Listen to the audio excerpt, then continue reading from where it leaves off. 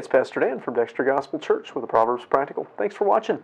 Our verse today looks back at one of the worst culprits in conflicts. We're in Proverbs 26, verse 22. Proverbs 26:22 says, "The words of a talebearer are as wounds, and they go down into the innermost part of the belly."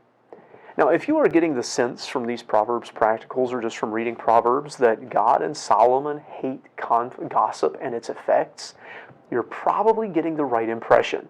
This is a recurring theme through the book. In fact, this verse is a word-for-word quote of Proverbs 18, verse 8. Talebearing is essentially gossip, whispering, telling stories about one person or group to another person or group. The stories may or may not be true. The word can speak of slander as well as whispering, but it's definitely going behind someone's back to say negative things about them to someone else. As I've said before, we should pay attention to everything God says, but when God repeats himself, that usually means he's emphasizing something, doubling down on it, trying to make sure that we get it and listen to it. So why is gossip or talebearing so bad? This verse compares it to wounds. Now there's a play on words here that doesn't really show up in English. The Hebrew word for wounds that's used here comes from a word for gulping something down, for something devouring, and thus for gluttony or even treats. So he speaks of these wounds as something that go down into the guts, the stomach, the belly, the innermost part. So is he speaking of gossip as a gut wound, something that kills almost inevitably but slowly, painfully, and terribly? Or does he speak of it as something deadly that is swallowed eagerly, like a sweet treat that is poisoned, people not realizing how deadly it is until too late? Perhaps the play on words implies both. Something that people are eager to consume, but something that stabs and kills in a horrible way.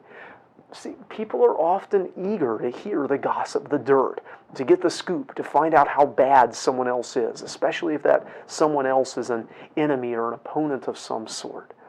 But they don't realize that this thing they desire so eagerly is a deadly wound, crippling, disabling, often fatal.